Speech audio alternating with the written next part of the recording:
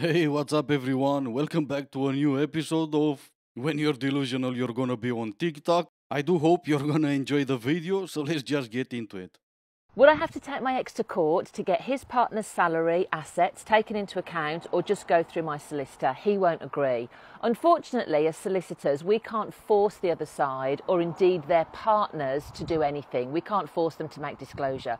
So if your partner isn't in agreement, then you may be looking at having to make a financial application.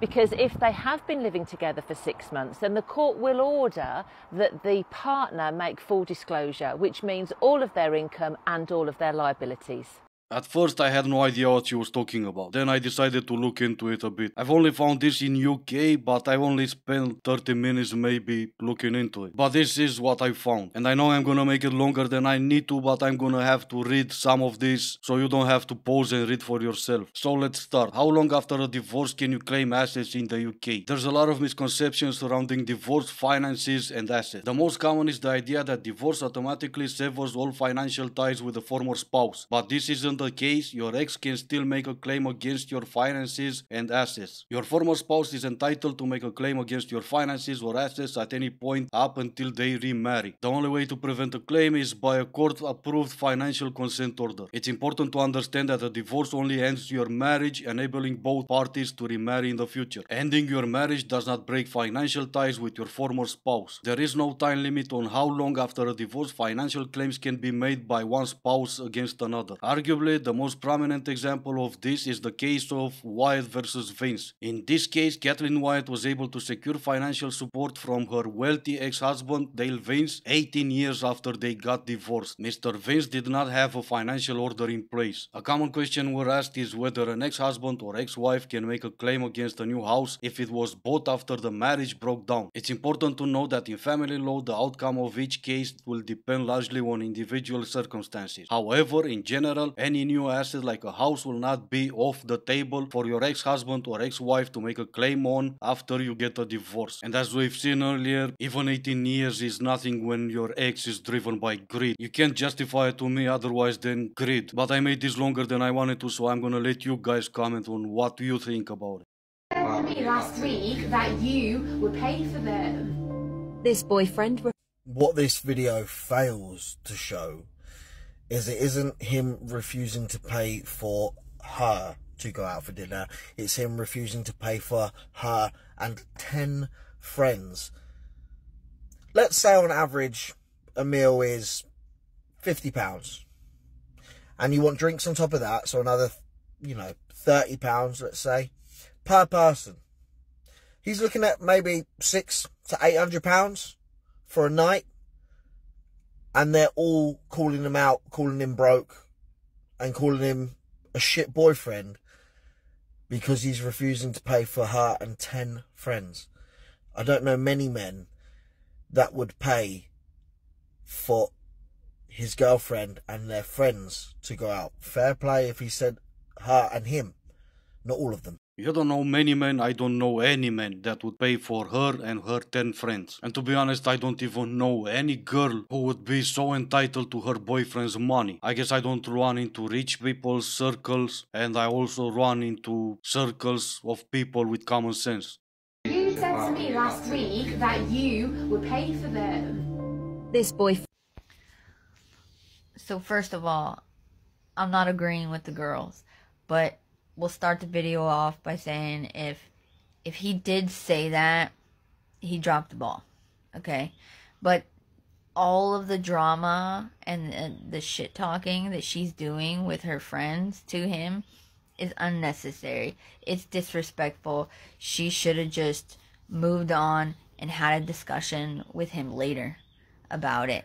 But I love how the girls are quiet. No one offered to be like, you know what, it's okay. I got myself, we can still go out. I got you. None of the girls had anything to say until it got petty between them two, and then they all attacked him. And I just don't agree with the way that it was handled. I think that it was really rude and they battered him. And as soon as he called it like it was, like if you're looking for a sugar daddy, just somebody to pay for everything for you, Never in my life have I ever expected the person that I was dating not only to pay for me, but to pay for all of my friends. Like, even if he offered, I'd be like, no way. Like, it's unnecessary. It's one thing if he takes me out, but he doesn't need to be taking me and all my friends. See, that makes sense. And I wanted a different opinion, a woman's opinion, to be honest, because I searched for that original video and to no one's surprise, it no longer exists. The account no longer exists. She either changed the name or deleted the entire account. I went through this lady's comment section to understand better what was in that original video, and I found 2 comments. So let me read them to you real quick. He reiterated the conversation and she said, that's next Thursday, we're going out tonight. In my opinion, the confusion was on the girlfriend. I think we kind of got that already. And another comment, he said for him and her, not her friend group. He was obviously being taken for granted, and shout out to him for standing his ground. My girlfriend got drunk last night and submitted an application for a dog. I had to remind her I am allergic to dogs, to which she replied that I need to stop being so toxic. And I love dogs, I really do, but I also like being able to breathe. Her defense was that she was tipsy and he was cute, which evidently is the same reason she went out with me in the first place. She went ahead and scheduled an appointment for me with an allergist. Now, over the next 6 months, I need to show up once a week to get injections. She has made it very clear that whether or not the injections work, by the fall, she is getting a dog. Because by the fall, and I'm quoting here, it will no longer be her problem.